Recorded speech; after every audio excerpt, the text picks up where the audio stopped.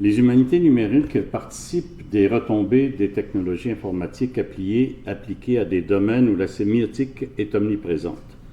Sur un plan épistémologique, on peut voir les humanités numériques comme une forme de sémiotique computationnelle. Un tel type de sémiotique repose sur l'hypothèse centrale que les artefacts sémiotiques, c'est-à-dire des ensembles de produits symboliques, à savoir des textes, de la musique, de la danse, des tableaux, des sculptures, peuvent être traités de manière computationnelle. Ainsi, si plusieurs projets des humanités numériques peuvent être compris comme des projets de sémiotique computationnelle, ils sont, malgré ce on peut les voir autrement, comme des objets particuliers de type d'intelligence artificielle. En effet, comme l'ont répété Newell et Marr et bien d'autres, l'intelligence artificielle s'est elle-même définie comme un traitement computationnel de symboles, et plusieurs informaticiens aujourd'hui d'ailleurs se définissent comme des projets de sémiotique computationnelle. Au niveau épistémologique, la condition de réussite de tel type de projet sémiotique peut s'inspirer de la méthode typique utilisée dans les projets computationnels qui traitent des ensembles complexes de symboles.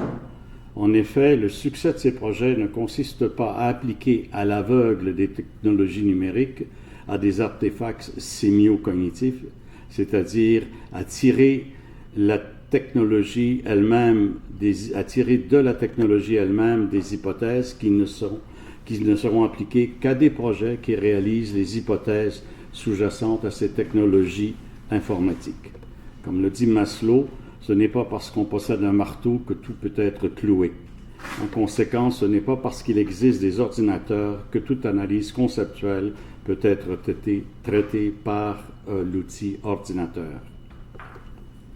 Les projets de type sémiotique computationnel, dont le cas paradigmatique est celui de l'IA, sont de fait d'une grande complexité méthodologique. Pour les soutenir, la construction de tel type de projet, le génie logiciel proposera la création d'une structure systématique de modèles interagissant entre eux. Prenons par exemple une tâche cognitive simple, un jeu numérique de tic-tac-toe. Un bon design de génie logiciel procédera par la construction de plusieurs modèles interreliés. Nous en présenterons ici que 3 des plus classiques. Un premier modèle doit identifier la nature de la tâche à réaliser. Si cette tâche est cognitive, elle visera à identifier les multiples opérations cognitives qui la constituent. Ce modèle est traditionnellement appelé le modèle de l'utilisation de l'utilisateur, et parce qu'il est cognitif, Dennett et Pelichin le nommeront représentationnel ou intentionnel. Par exemple, dans le jeu de tic-tac-toe, ce modèle précisera des pièces de jeu, les règles, leur manipulation, les stratégies possibles, et ceci dans un langage ordinaire. Nous les nommerons ici le modèle cognitif de la tâche. Le deuxième modèle retiendra certaines opérations et les traduira dans des fonctions computationnelles ou des algorithmes formels. Par exemple, dans le jeu de tic-tac-toe, on créera des fonctions spécifiques, on les hiérarchisera et on les traduira en des algorithmes. On les implémentera, le modèle finalement, dans un modèle matériel qui est une technologie informatique. Et on créera des applications effectives sur des plateformes informatiques spécifiques. Il est donc essentiel de distinguer ces 3 modèles qui sont constants dans les projets des humanités numériques. Dans plusieurs des projets de ces trois modèles ne sont pas donnés d'avance aux chercheurs et ils doivent être découverts. Et il existera divers chemins de recherche pour les découvrir et les interrelier. On pourra procéder ainsi de manière descendante, du top-down, ou de manière ascendante.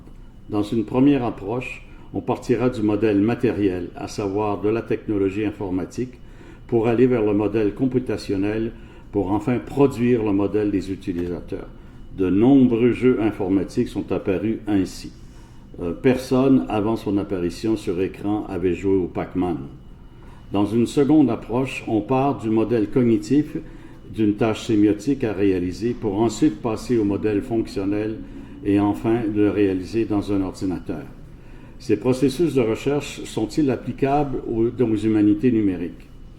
La première approche est très populaire dans les humanités numériques. Dans plusieurs projets, on trouve comme point de départ un bel outil informatique et la recherche vise à découvrir quelles tâches cognitives typiques les humanités pourraient être utilisées pour manipuler cet outil.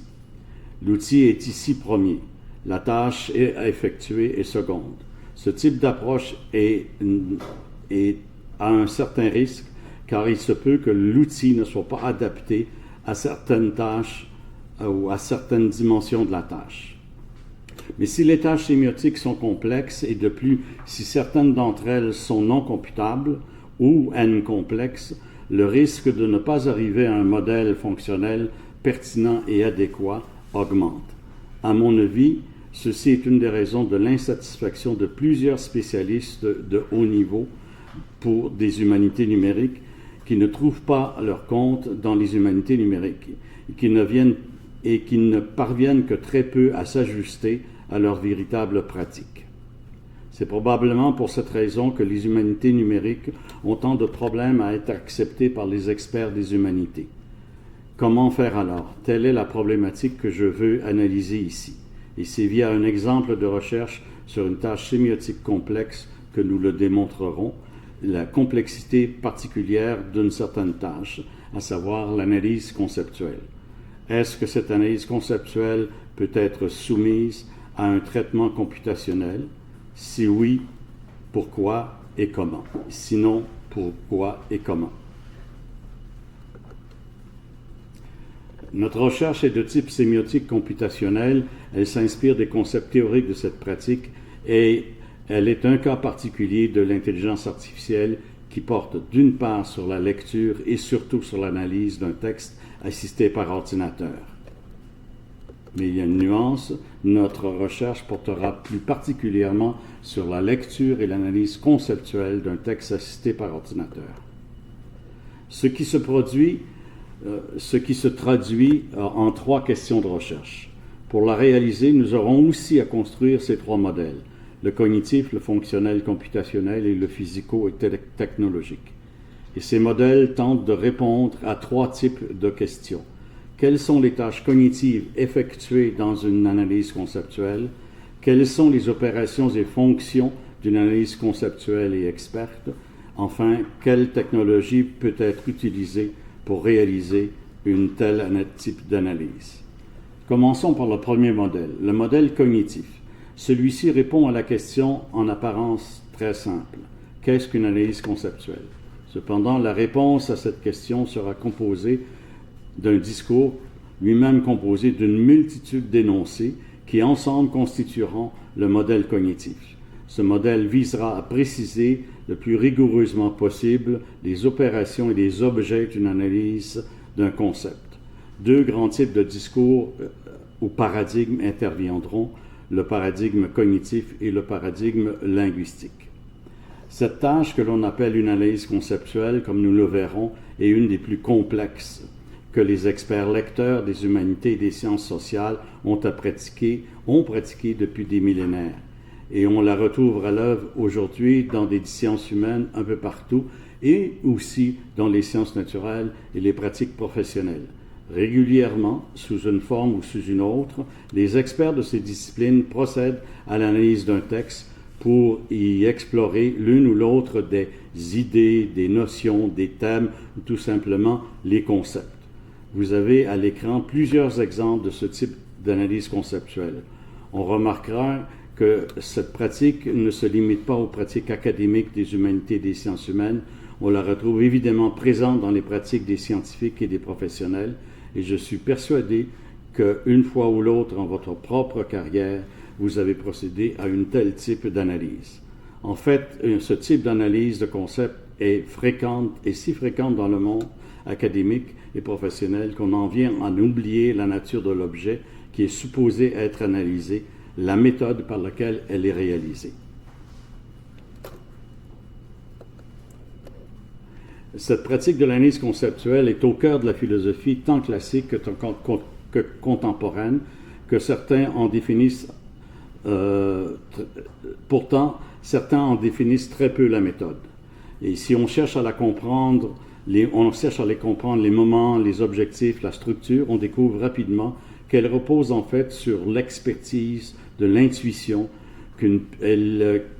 plus sur l'expertise, l'intuition, que sur une démarche rigoureuse et contrôlée. Je dirais qu'en pratique, elle est souvent plus une véritable démarche intuitive qu'une démarche scientifique. D'ailleurs, il existe plusieurs critiques de cette analyse. Sur le plan épistémologique, Moore disait qu'elle n'apporte que peu sur le plan de la connaissance et Quine reprochait que l'analyse conceptuelle n'avance rien, elle ne fait que répéter des définitions, ce qui ne rend pas la tâche très facile. Commençons nous aussi par construire ce modèle cognitif de l'analyse conceptuelle. Et pour ce faire, il faut la comprendre, la nature de l'objet sur lequel elle est portée. Et deux grands paradigmes seront en jeu, le paradigme cognitif et le paradigme linguistique. Dans le paradigme conceptualiste, on soutiendra la thèse classique suivante. La conceptualité est avant tout une activité spécifique de l'esprit, ou en anglais du mind. Elle se distingue ainsi de la perception, de la mémoire, de la sensation, etc. Et le paradigme doit reconnaître deux grands constituants de cette activité de l'esprit, à savoir les opérations et les états mentaux. Dans les opérations, on distinguera deux grands types, les opérations endogènes et les opérations exogènes. Les opérations endogènes sont des habiletés, des dispositions, des processus que l'esprit met en œuvre et qui permettent la genèse, l'émergence, la production des concepts. Ainsi, les théories traduiront ces opérations en termes d'universalisation, d'abstraction, de synthèse, de subsomption, de prédication, de compréhension, de croyance et de catégorisation. Les opérations exogènes, pour leur part, sont celles qui identifient divers types de relations que l'on trouve dans le jugement, la proposition, le raisonnement, les relations d'identité, les combinaisons, l'inclusion, la hiérarchisation, l'association, la quantification, etc. Cependant, dans les théories du concept, les opérations ne seront pas le point focal, mais plutôt ce sera le résultat que produisent ces opérations, à savoir ce que l'on appelle communément un concept.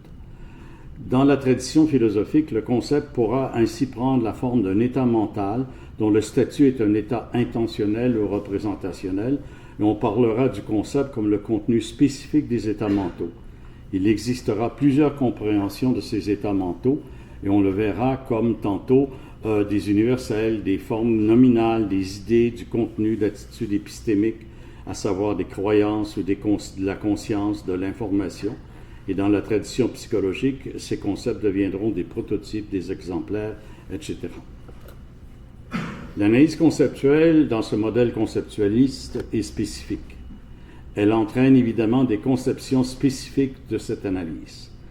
Elle était presque une routine chez Socrate, chez Aristote, chez Descartes et chez Kant, pour qui elle est une décomposition, une déconstruction de la pensée conceptuelle d'un sujet épistémique, mais on la retrouve telle qu'elle et très souvent dans la pensée moderne de la philosophie et dans plusieurs pratiques professionnelles. L'analyse conceptuelle dans ce paradigme conceptualiste est une enquête pour découvrir les opérations conceptuelles et le contenu des concepts et, si possible, de déconstruire et de les décomposer. Autrement dit, elle est une enquête pour identifier ultimement chez un sujet épistémique, par exemple un auteur, une communauté spécifique, par exemple des journalistes, la conception, ou plus simplement les pensées, les idées, les croyances, les concepts de ce sujet épistémique. Ainsi, le paradigme conceptualiste, dans le paradigme conceptualiste, l'analyse conceptuelle est comprise comme donnant priorité à la pensée elle-même, à la pensée conceptuelle comme telle, et non pas à son mode d'expression dans une forme sémiotique quelconque. Ainsi, une analyse conceptuelle qui s'intéresserait à un concept chez un auteur, par exemple chez Kant, qui effectuerait une analyse de combinaison dans les L'Ars Combinatoria de Leibniz, s'attendrait à trouver ou à identifier ce que pense et non pas ce que dit l'auteur.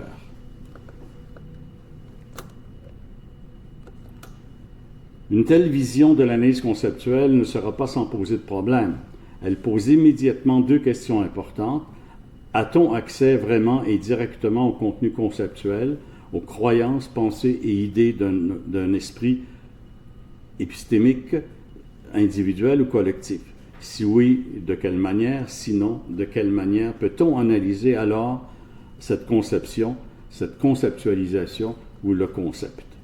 Et c'est le second paradigme qui va apporter une réponse à cette question ou à ces questions. Le second paradigme du modèle cognitif de l'analyse conceptuelle soutient au contraire une position différente de la position cognitive. Sa thèse principale est la suivante. L'activité de conceptualisation et du concept ne sont pas accessibles en soi. Ils ne peuvent être atteints que via des formes sémiotiques par lesquelles les états mentaux, conceptuels et les opérations s'expriment dans des formes sémiotiques, plus particulièrement les formes sémiotiques langagières. Ainsi, l'analyse conceptuelle en vient-elle à être identifiée à l'analyse du contenu signifiant ou meaning de ces formes sémiotiques. Autrement dit, elle devient intimement liée à l'une ou l'autre modèle d'une analyse sémantique ou d'une analyse sémiotique.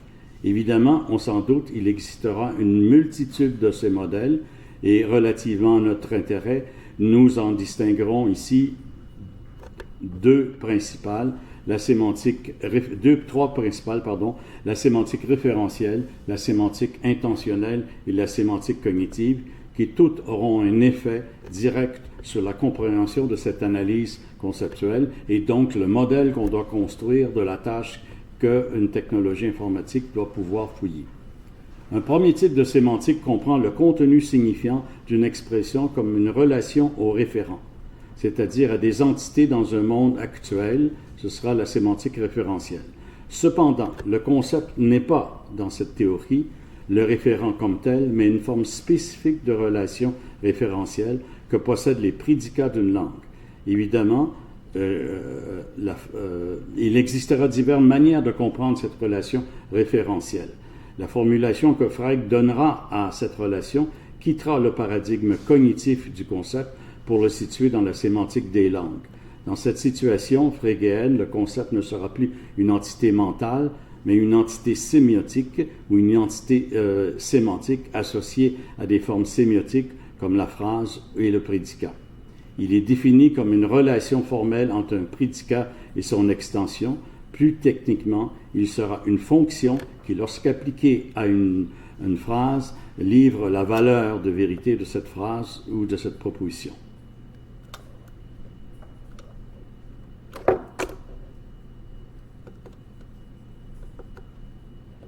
Une telle position est évidemment problématique. En effet, comment une analyse pourrait-elle identifier si l'un ou l'autre objet tombe sous l'expression conceptuelle, si l'analyse ne connaît pas le meaning des expressions? Autrement dit, comme le dit Fodor, l'identification d'une extension d'un concept présuppose au préalable la saisie même, soit de la signification ou du sens de l'expression conceptuelle elle-même. Et donc, la fonction qui détermine l'extension n'est pas le contenu signifiant conceptuel de l'expression. Par exemple, comment saisir le référent d'une expression comme accommodement raisonnable si au préalable on ne comprend ni le sens ni la signification de cette expression? Un second type de sémantique comprend le contenu signifiant, en anglais toujours le meaning, d'une expression conceptuelle d'une toute autre façon que référentiellement. Elle définira le contenu signifiant comme étant le sens des expressions conceptuelles. Deux grandes positions exploreront cette voie, l'une philosophique, l'autre linguistique. La voie philosophique, logique, proposera d'en définir le sens d'un concept dans le modèle de Frege comme étant le signe des expressions. Et on appellera dans ce modèle frégéen le signe comme étant la présentation de la référence, et plus tard, les auteurs comme Montaigu et Cripp traduiront ce signe en termes de l'intention avec un S du concept. Donc, dans cette perspective, l'analyse conceptuelle devient l'analyse du contenu du signe ou du sens de ces expressions.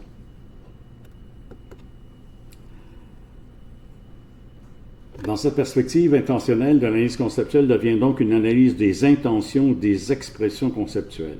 Les formalistes formaliseront le contenu de la fonction référentielle et le mode de relation à des mondes possibles.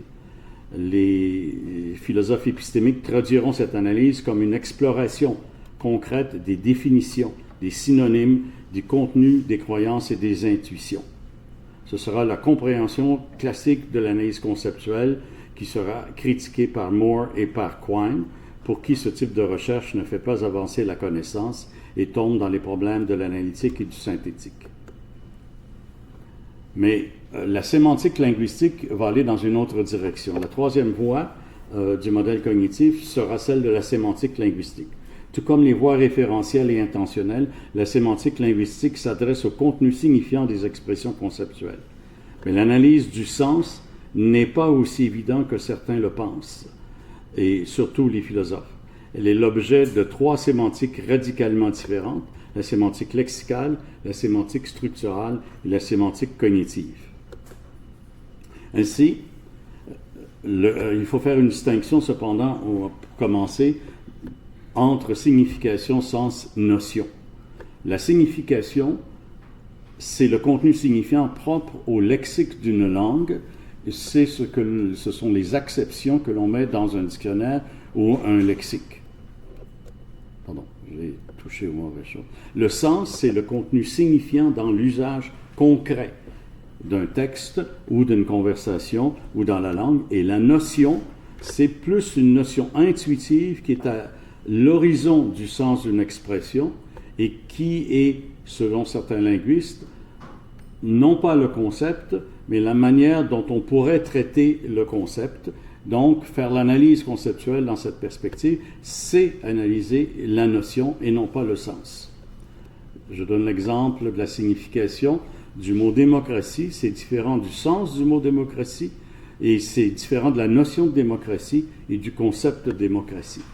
Alors, vous voyez qu'une analyse conceptuelle ne se réduit pas à l'un ou l'autre de ces dimensions.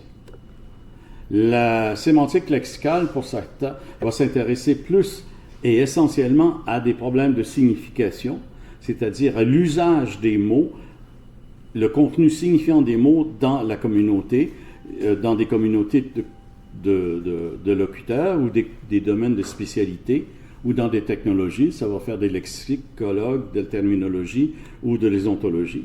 Et pour l'analyse conceptuelle, ça va aider à baliser la méthodologie, ça va devenir une heuristique pour travailler le concept, mais ça va montrer directement que le concept ne se réduit pas à l'analyse lexicale d'un mot. La sémantique structurale, elle, va porter directement sur le sens, mais en contexte. Et Saussure, d'ailleurs, appelait son signifié à l'origine de ses écrits le concept. Elle va donc porter sur l'analyse du sens, mais dans deux contextes. Le contexte micro, le contexte immédiat, où s'établissent des relations syntagmatiques, ou le contexte macro, des relations paradigmatiques, où joue la textualité, le discours, l'interdiscours et le milieu social. Je donne l'exemple, le mot reconnaître et le mot mariage vont changer selon le contexte immédiat ou le type de discours dans lequel il va apparaître. Et nous sommes loin de travailler uniquement sur la signification.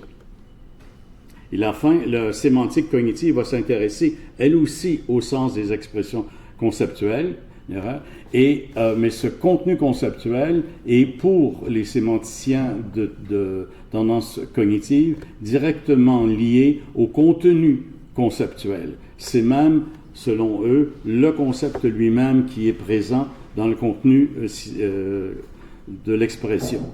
Et ça définira pour eux des espaces sémantiques, des espaces conceptuels et des espaces mentaux. En résumé, c'était peut-être un peu long, le paradigme conceptuel va définir le problème de l'analyse conceptuelle de deux façons. Du point de vue conceptualiste, ce qui est étudié, ce sont les états mentaux et les opérations, et du point de vue sémiotique, ce sont des opérations sur les concepts. Et ceci va déterminer un modèle cognitif tout à fait particulier. Et j'ai insisté un peu longuement sur cette question pour montrer qu'on ne peut pas passer à un problème informatique, à un modèle informatique, tant qu'on n'a pas fait ce travail qui est très long. Parce qu'il est finalement ce par quoi nous allons comprendre les résultats. Sinon, on va les interpréter à travers des concepts qui ne répondent pas à la tâche sur laquelle nous voulons appliquer cette technologie. Le modèle cognitif va donc nous présenter une description, mais non formelle, de la tâche de l'analyse conceptuelle. Le modèle va contenir des entités et des opérations. Et en ce sens, pour reprendre le vocabulaire de Peircien, la modélisation cognitive est une sémiose. On traduit une tâche dans un discours et on lui reconnaît un certain nombre d'entités et un certain nombre de relations. Et c'est un processus constant de sémiose que l'on va mettre en place dans le processus d'analyse conceptuelle. Et nous allons l'illustrer dans cette présentation dans une application sur les collected papers de Peirce, qui est un ouvrage assez complexe, mais précisément qui va être le révélateur de cette procédure très complexe de l'analyse d'un concept. Alors, nous passons maintenant au deuxième modèle fonctionnel dont le but sera précisément de traduire le modèle conceptuel, le modèle cognitif, en un modèle fonctionnel. La modélisation fonctionnelle est tout autre que la modélisation cognitive. Elle est une traduction en termes de fonctions et d'arguments et non pas d'instanciation matérielle de programme ou de code du travail de la tâche elle-même. Et on ne peut pas arriver à du code, à des algorithmes, si on n'a pas fait ce travail de traduction du modèle cognitif en un modèle de fonctions et d'arguments. Ça implique donc, ce travail de traduction, un choix des entités et des opérations qui étaient dans le modèle cognitif, et nécessairement, il est réducteur. Et la raison pour laquelle il est réducteur, c'est parce qu'on travaille dans un cadre de computation. Ce n'est pas n'importe quelle fonction qui va traduire les opérations et les arguments ou les entités du modèle cognitif. Il faut faire un choix. Et il faut que ce choix-là traduise les opérations en des fonctions qui sont computables. Et qu'est-ce que la computation? C'est essentiellement de définir des fonctions qui sont calculables et c'est-à-dire qu'ils ont une procédure effective pour trouver leur valeur. Une fonction est dite computable s'il existe une procédure effective pour déterminer des valeurs d'une fonction. La procédure effective sera définie par Turing comme étant une machine concrète que maintenant on appelle la machine de Turing.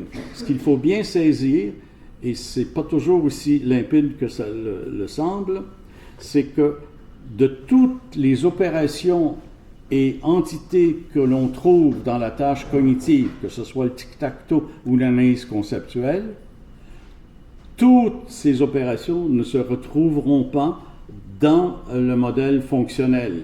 Qui plus est, dans le modèle fonctionnel où les fonctions doivent être définies de manière computationnelle. Et là, on rencontre le mur du non computable. Toutes les fonctions, du moins dans le domaine mathématique et encore plus dans les autres domaines, ne sont pas computables. En fait, le nombre des fonctions computables est une infime partie des fonctions non computables. Ce qui signifie que, de façon un petit peu vulgarisée, les chances que vous réussissiez à traduire une des opérations et une des tâches des entités de votre modèle cognitif en fonction computable est infiniment petit. Vous voyez le problème. Et c'était le problème que Turing lui-même avait rencontré, et il en a fait la thèse de sa doctorat. Sa thèse de doctorat ne portait pas avant tout sur la machine elle-même, mais sur un effort, trouver une solution sur ce qui n'était pas computable. Il voulait, à l'émule de Gödel, trouver, du point de vue de la computation, un modèle qui répondrait à cette même question. Et la solution qu'il a proposée, c'est la solution des oracles. C'est-à-dire que lorsqu'on est placé devant une tâche extrêmement complexe, où les opérations et les arguments et les entités ne sont pas computables, la seule solution qu'il propose, c'est de créer des oracles qui sont des heuristiques qui s'appliquent à cette tâche et uniquement à cette tâche. Donc, la construction d'un modèle computationnel, c'est très souvent, dans la majorité des cas, l'invention, la découverte et la validation de ces oracles ou de ces heuristiques, pour prendre un vocabulaire plus contemporain sur le plan computationnel. Dans cette perspective, l'analyse conceptuelle est essentiellement une chaîne d'opérations computables, mais des chaînes qui sont constituées de modules ou d'heuristiques autonomes et indépendants des uns des autres. C'est une chaîne d'heuristiques. Il nous faut donc traduire le modèle computationnel, le modèle cognitif, en une chaîne de traitement de modules qui vont s'appliquer régulièrement et systématiquement l'un après l'autre, et chaque module sera en soi un objet de recherche. L'architecture que nous allons proposer, c'est une chaîne composée d'un certain nombre d'opérations qui vont passer du corpus, et je vais les prendre un par un le plus rapidement possible, jusqu'à la présentation de la dernière et de l'interprétation. Enfin, il reste le modèle physique qui, lui, est l'instanciation de ces modèles fonctionnels dans une réalisation physique concrète qui, pour nous, est une technologie électronique. Mais on pourrait imaginer, ça serait peut-être difficile, de penser que ces mêmes fonctions computationnelles se réalisent dans d'autres types de technologies. Faire la somme est une opération computable en mathématiques. Elle se réalise certes sur une technologie électronique, mais vous pouvez la réaliser sur une technologie de votre main. 1, 2, 3, 4, 5. Ou sur des bouliers compteurs, un abacus, n'importe quoi. C'est une réalisation, c'est dû à un type de structure physique qu'il y a une réalisation. Mais ce n'est pas la réalisation physique qui est le problème. Pour nous, c'est de trouver les fonctions computationnelles qui vont réaliser la tâche. Le modèle physique, donc, traduit cette réalité des fonctions en une technologie physique. Donc, notre projet latéraux, c'est la construction de ces trois modèles qui passent les flèches n'apparaissent pas, ce que je vois, d'un modèle cognitif à un modèle fonctionnel et à un modèle physique. Et je dirais, si des projets en informatique, pas en informatique, dans les humanités numériques, peuvent réussir, ils devront distinguer ces trois niveaux d'analyse. Très souvent, on en reste on utilise le modèle physique et on tente de réaliser une tâche, mais le succès dépend d'une distinction de ces trois analyses, ces trois niveaux d'analyse. Commençons par le premier module, la numérisation, que vous connaissez bien, que l'on appelle, de façon peut-être un peu métonymique, le passage au numérique. C'est une tâche en elle-même très complexe. Elle va prendre, dans notre cas, un texte. Dans certains cas, c'était manuscrit. On en a entendu plusieurs présentations aujourd'hui. Les collected papers. Et des collected papers, on va passer à une version, non pas papier, mais PDF. Ce travail n'est pas simple et met en jeu des dimensions herméneutiques, des choix constants, parce qu'il n'y a pas d'automatisation de cette chose. Mais il y a des petits modules. Un module très simple, c'est tourner la page. Mais il y a d'autres modules, c'est séparer les mots. Il sera composé d'un ensemble de fonctions computables pour lesquelles il existe une instantiation que l'on appelle des programmes ou des applications. Mais la chose peut être extrêmement complexe si vous prenez le projet de la numérisation des textes de Newton sur l'alchimie.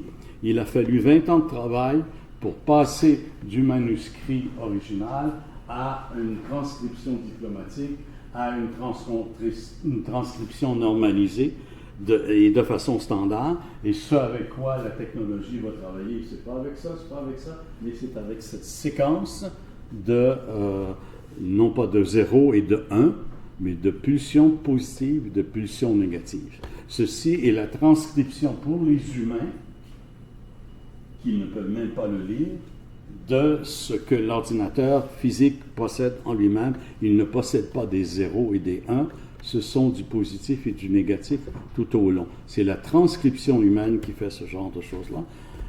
Donc, numériser, c'est un ensemble de sous-modules, de sous-fonctions, les unes plus petites que les autres, certaines computationnelles, d'autres doivent être faites, entre guillemets, à la main, et effectivement à la main. Tourner la page, la déchirer, l'ouvrir, l'étirer, etc. Parce qu'il faut une technologie pour faire ce genre de travail. Mais ce qui va se produire, en fait, c'est une multitude de textes qui vont sortir de ce travail. Des textes qui vont être tantôt annotés, qui vont être la version originale, des textes imprimés annotés avec la TEI, etc. Et le chercheur qui dit « j'ai numérisé mon texte » parle de façon métonymique parce qu'il y a en fait une multitude de textes qui sont l'objet de l'analyse. Et il existe actuellement une multitude de technologies concrètes pour réaliser cette tâche. La deuxième sous-opération, c'est de définir le corpus. Ce que la numérisation donne, c'est la création d'une collection de textes. Mais l'analyse doit porter sur un corpus qui est un sous-ensemble de ce corpus et qui est lié à des choix méthodologiques, à des objectifs de recherche, à des intérêts financiers, etc. Donc, à des décisions qui sont en jeu, qu'aucune technologie peut réaliser par elle-même et que même pour lesquelles il n'existe pas de fonction computable. Dans notre cas, ce sera les collected papers.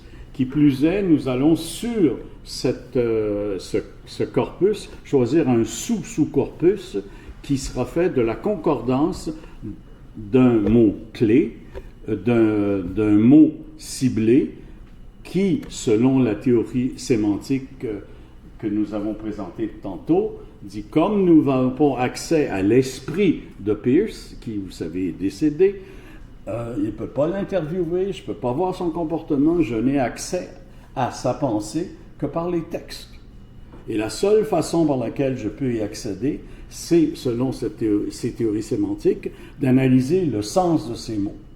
Alors, je prends un mot, une expression conceptuelle, le mind, pour voir si je peux faire une analyse conceptuelle de cette expression conceptuelle.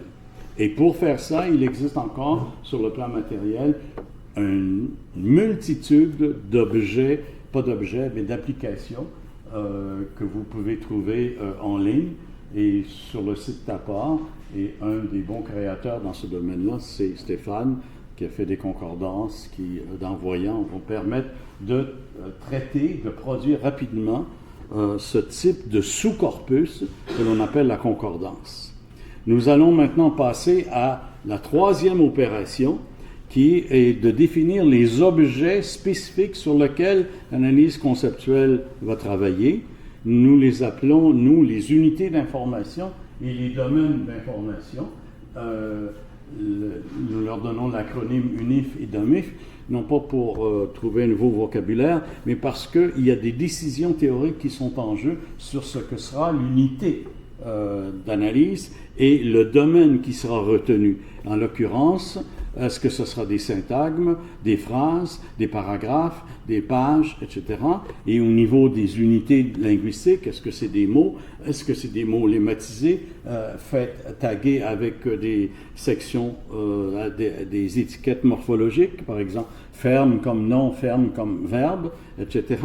Il y a des décisions qui doivent être prises sur cette question. Et encore là, dans certains cas, il existe des algorithmes pour décider si tel signe linguistique est un nom ou un verbe. Dans d'autres cas, surtout si on veut mettre des étiquettes sémantiques, ce sera des décisions faites à partir de la culture de l'individu, de sa connaissance du monde, etc.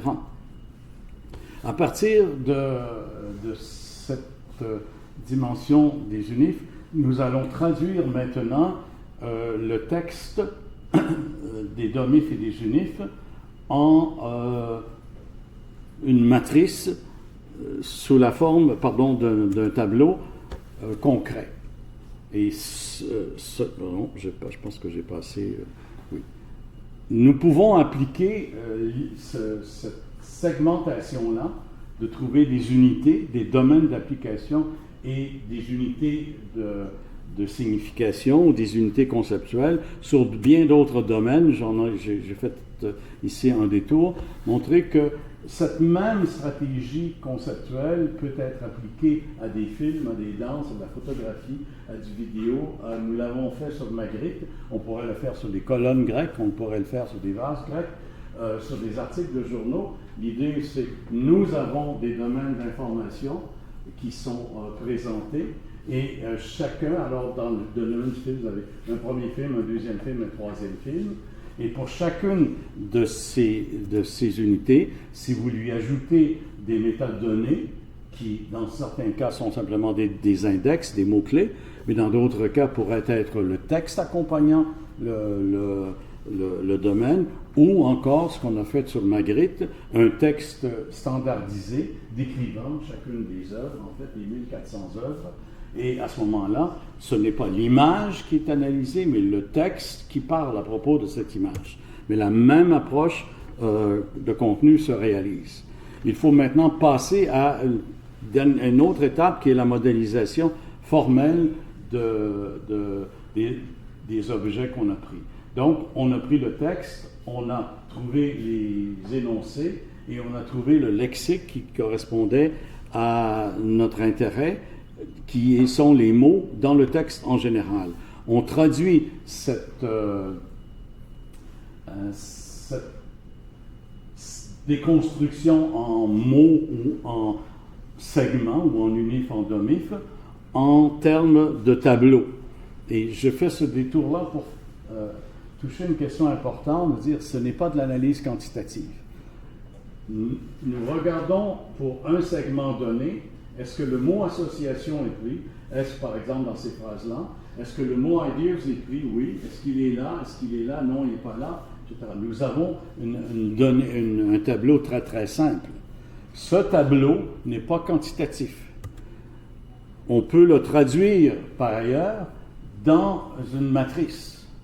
Dans cette, au lieu d'avoir le tableau, on a les domaines et les attributs, les propriétés, et au lieu de mettre oui, non, on traduit pour des fins de computation ces oui et non en chiffres. Mais ces chiffres ne sont pas de la quantité. Ça pourrait être des oui ou des non, ça pourrait être des étoiles ou des anges ou des diables. Ce n'est qu'une représentation sémiotique dans un langage formel de la première proposition de l'énoncé que l'on avait. J'insiste beaucoup sur cette chose-là. Cette matrice n'est pas une analyse quantitative. Elle est une traduction sémiotique de l'énoncé dans un autre type de langage. Cette phrase dit, j'avais l'exemple de la cigale et la fourmi. Dans la première ligne, je n'ai pas fourmi, je n'ai pas bille, j'ai ayant, j'ai chanté, j'ai dansé, etc.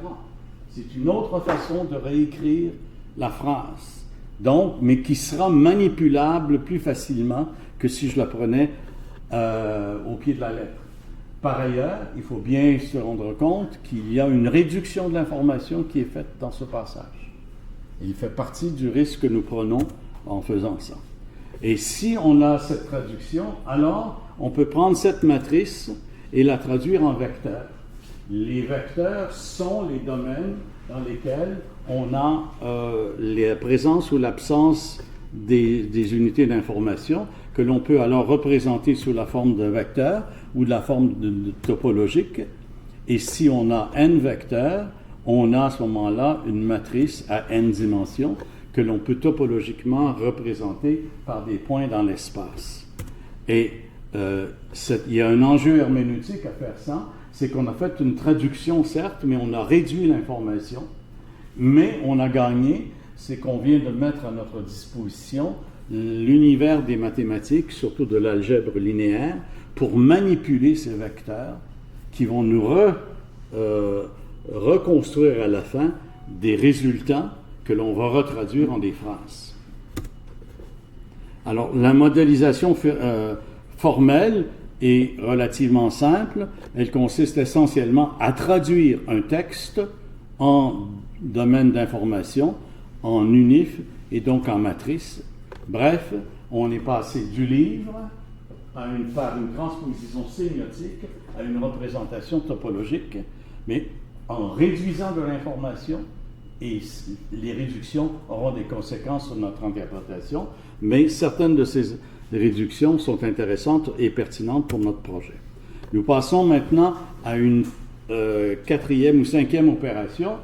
Sur cette topologie, nous allons tenter de trouver, selon notre modèle cognitif, les contextes dans lesquels ces points-là opèrent, ou les mots opèrent. C'est ce que nous dit le modèle pas conceptuel, mais cognitif. Une analyse conceptuelle est l'étude systématique des contextes d'usage sur le plan syntagmatique et sur le plan paradigmatique.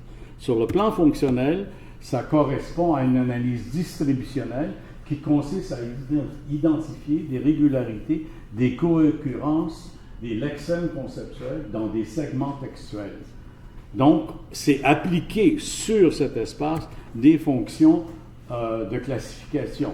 C'est-à-dire, on cherche à voir si les différents segments ou les différentes phrases ou les différents paragraphes ont des similarités de manière à faire des classes de segments similaires. Donc, de regarder sur l'espace topologique s'il y a des regroupements de points différents. Et il existe un très grand nombre de ces opérations sur le plan mathématique, des fonctions calculables. Je ne ferai pas le détail de ces choses-là, mais c'est ce que nous faisons au laboratoire, c'est de vérifier, de valider si ces différents types de classifieurs sont capables d'extraire d'un corpus par les segments et les unifs les régularités qui les caractérisent, et donc qui caractérisent des concepts d'un terme.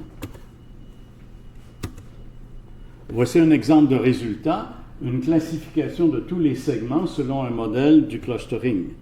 Mais en bref, essentiellement, ce que l'on fait, c'est du passage du livre à une représentation matricielle, et on applique des classifieurs, et le classifieur met des segments ou des parties de texte qui sont les contextes du mot cible qui nous intéressent.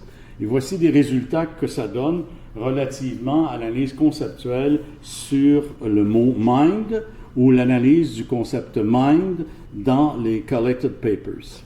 Ce que les classifieurs font, c'est de découvrir qu'il y a des classes de segments qui se ressemblent et que nous, en les ayant lus, nous identifions comme étant des segments à propos du concept de mind vu comme une pratique de l'esprit qui doute et a des croyances, qu'il y a des lois qui régissent l'organisation du mind, qu'il y a des problèmes de leur relation à la conscience, qu'il y a des façons d'exprimer ce contenu de croyances, que sont les concepts, par des propositions et des inférences.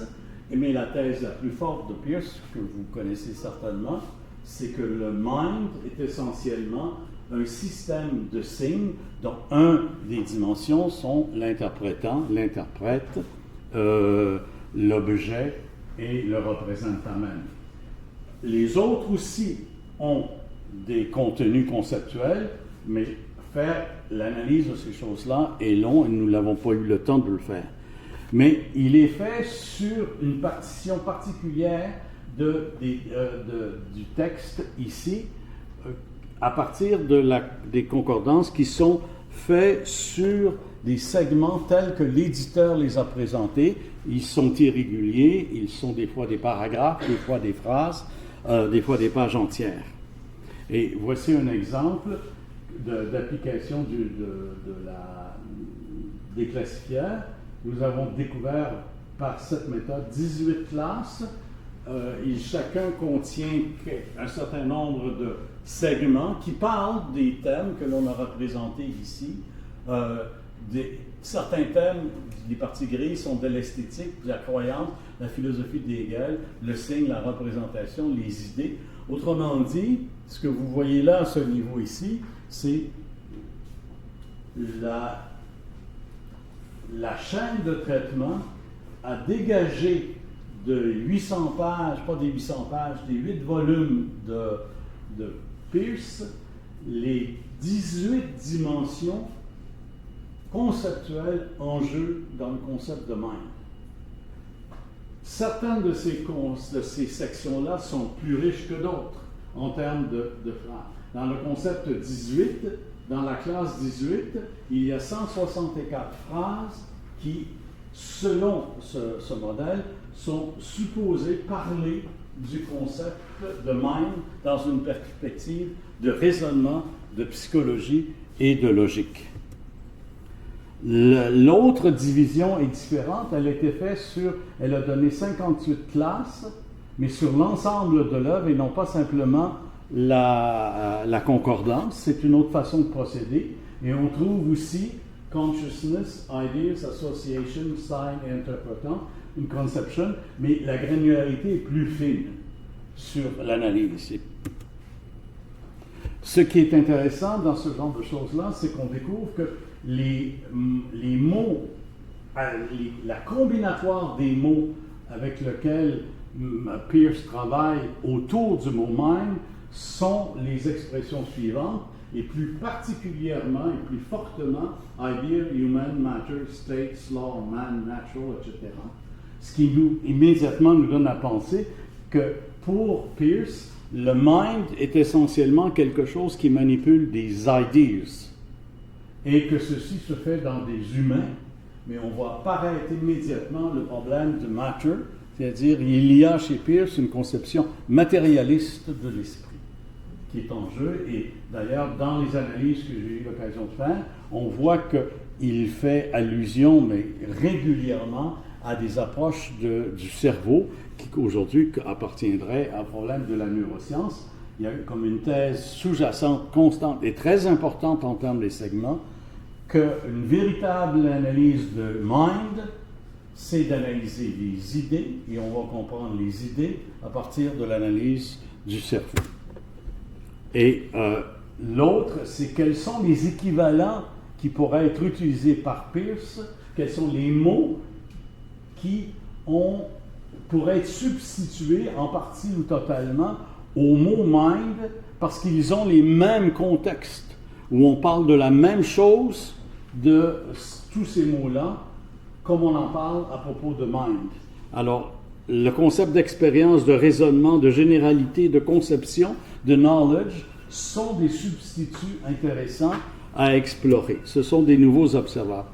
Et voici les résultats concrets. Ce sont des segments qui sont tirés dans la classe 2 et qui sont très longs dans ce cas ici. Je les ai soulignés en rouge. Les lire a demandé énormément de travail, mais vous voyez que dans la classe 2, qu'on a indexé de façon très première en termes de doute, voici, ça continue en évident. The irritation of doubt is the only immediate motive for the struggle of attaining belief. What is a belief and a doubt? Dans la deuxième segment, it's the idea of generality. To speak of a single individual pleasure is to use words without meaning. We may have single experience of pleasure, but pleasure itself is a quality. This is example following, etc. Desires, etc. Et vous avez le mot mind comme mot pôle. To it, this dream wishes to realize in connection with objects of experience, which as such does possess its. Autrement dit, le problème du mind ici, c'est le problème que le mind a, c'est devant des expériences individuelles d'essayer de trouver ce qui est général. Et ce n'est pas l'individualité qui est en jeu constamment. C'est à la moitié? 2 minutes. Oh là là. La même chose pour la croyance, les autres classes. Et l'autre classe, l'association des idées, la même chose. La classe 5, vous en avez des résultats. Et cette classification, donne-moi 5 minutes parce que je n'arriverai pas. La classification va identifier, bref, plusieurs thématiques, mais il va y avoir des variations dans les résultats selon le type de segmentation que vous avez. Et il y a la visualisation qui vient aider à comprendre ces choses-là. C'est ce que nous connaissons le plus par les word clouds. Et les word clouds sont piégés en ce qu'ils ne font que donner le thème principal et un interprète expert ne peut pas se contenter de prendre ce word cloud comme étant une explicitation du contenu conceptuel d'une classe. Ce serait comme demander de composer une chanson avec ces mots-là, puis de retrouver, je ne sais pas trop, Vigneault avec, pas ces mots-là, mais avec quelques mots. Nous ne pouvons pas reconstituer la pensée conceptuelle en ayant ces word clouds-là, même s'ils sont élégants et de différentes formes. Le danger, c'est d'arriver à un spaghetti par leur nombre. Mais le problème majeur qui est l'objet de notre recherche actuellement, c'est le forage conceptuel. Le problème est le suivant, c'est que la majorité ou la grande partie de l'univers conceptuel d'un penseur ne s'exprime pas à partir d'un mot cible. Il y a plusieurs façons d'exprimer les choses. Je prends l'exemple du mot mariage. Le mot mariage, le concept de mariage, peut être exprimé de plusieurs façons dans une langue. Et si on est parti pour faire l'analyse conceptuelle d'un certain mot, on risque de passer à côté toutes les autres. Alors, le problème de recherche actuel, c'est comment pouvons-nous trouver les autres segments du texte, selon cette méthodologie, qui vont nous donner de l'information à propos de la conception qu'a Peirce sur le mind, mais sans que le mot mind soit là. Et la stratégie, en gros, c'est essentiellement celle de trouver pour une classe son prototype et ou son aspect dominant, ou son vecteur propre, si on veut le formaliser, et de chercher à trouver maintenant, par un retour au texte, quelles sont les phrases qui potentiellement, selon un certain indice, sont plus proches de cette formalisation.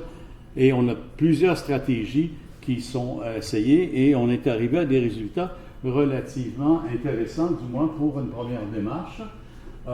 J'en prends un ici. On cherche, autrement dit, ce que nous appelons des péritextes. Et ces péritextes nous ont donné, par exemple, le segment suivant, dans lequel on ne trouve pas le mot mind. The contrary experience, difficult to bring attention elements to experience which are continually present. We have nothing in experience with which we can contrast them, or without contrasting we cannot excite attention.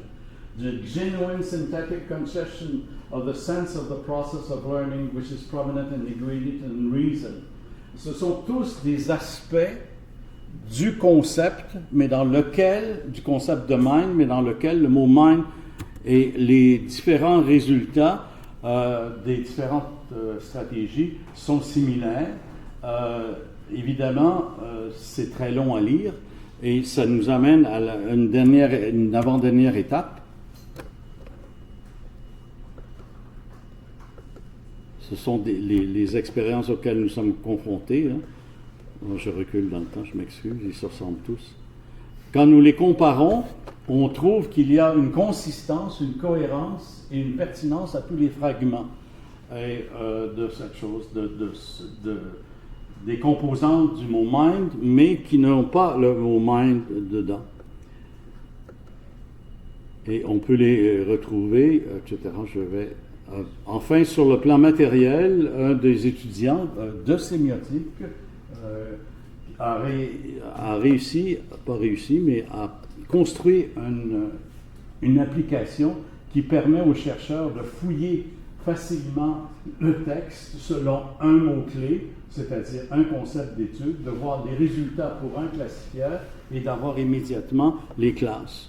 Travail que j'ai fait dans ma thèse, qui m'a pris 3 ans, et prend à peu près, je dirais, 3 heures à faire si vous avez le texte, la classification, et les résultats viennent à peu près assez rapidement et nous aide. Enfin, un des autres points majeurs qui est très difficile à faire passer, c'est ces résultats ne suffisent pas. Un analyste expert va regarder le texte en détail et va faire le travail philologique, analytique, classique, mais il va avoir à sa disposition l'ensemble des segments et de façon exhaustive qui semblent pertinents avec un degré d'indice de ce qu'est la nature du concept ou d'un aspect du concept comme tel. Et j'ai proposé, mais je n'ai pas le temps d'aller dans le détail, une manière de procéder, c'est une recherche en cours, de quel est ce processus par lequel un expert dans la Bible, ou un expert sur Mozart, ou un expert sur les colonnes égyptiennes, va procéder lorsqu'il va lire les textes à propos de cette chose-là. Mais sur des textes qui ont été colligés de façon réunis pour trouver des régularités. Alors, ce que je propose, c'est qu'il y ait une première démarche de surlignage, une première démarche de paraphrasage, une démarche de commentaire, une démarche de résumé et une démarche de résumé synthétique à la fin, ce qui permet une synthèse à l'auteur, au chercheur, pour montrer que, par exemple, dans le concept de mind, il y a 3 thèses importantes. C'est relié aux croyances, aux idées, à la mémoire, et que c'est le rôle du mind de réunir toutes ces choses-là. Comme dit, comme il le dit à un moment donné, c'est pas le mind qui a des idées, ce sont les idées qui ont un mind. C'est Peirce, très belle formule.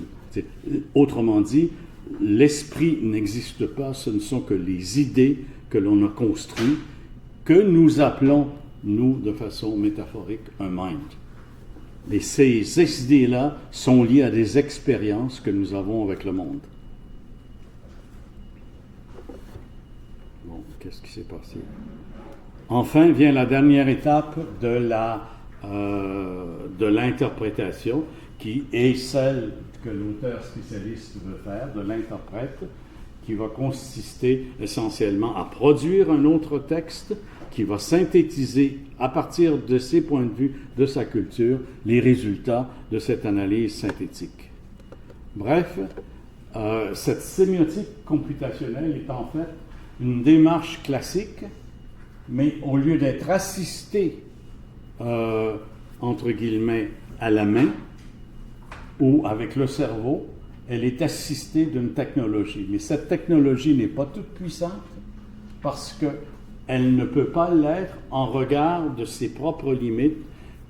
Elle ne travaille qu'avec des fonctions computationnelles. Si on trouve dans le processus d'analyse conceptuelle ou d'autres types d'analyse cognitive des opérations pour lesquelles on peut voir une fonction computable, il est possible d'utiliser l'ordinateur. Mais si la fonction qui est découverte ou l'opération qui est en jeu et qui dans le domaine sémiotique est extrêmement complexe, il n'existe pas de traduction fonctionnelle, il ne peut pas exister de fonction computationnelle non plus. Et même s'il existait une traduction fonctionnelle de l'opération, il ne s'ensuit pas qu'elle est computationnelle. Et si elle n'est pas computationnelle, l'ordinateur ne sert à rien. Donc, sur ce plan-là, l'ACTAO, du fait de distinguer ces 3 niveaux de modèles, nous ouvre des cheminements nouveaux, en ce sens qu'elle nous met proche d'une pratique experte très complexe, et ce n'est pas sans raison que nous prenons Peirce, parce que ce n'est pas un texte facile à lire, c'est un défi. On pourrait faire la même chose sur le concept d'omelette dans les recettes de Jean Bertrand, mais ça ne nous intéressait pas. C'est plus quel est le concept de mind chez Peirce, et avec tous les problèmes que ça pose, et en ayant comme objectif de respecter la pratique professionnelle de l'interprète peircien. Le modèle fonctionnel devient hybride, c'est-à-dire il montre que ce type de technologie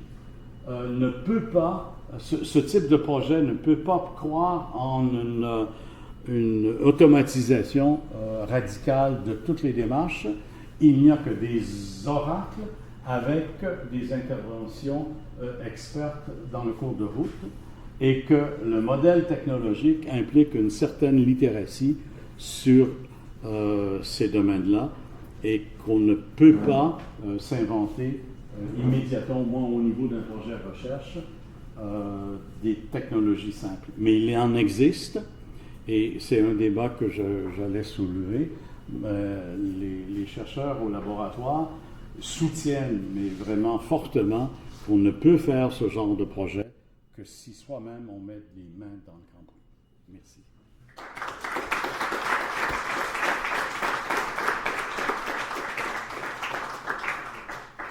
Alors voilà donc le matériel à absorber.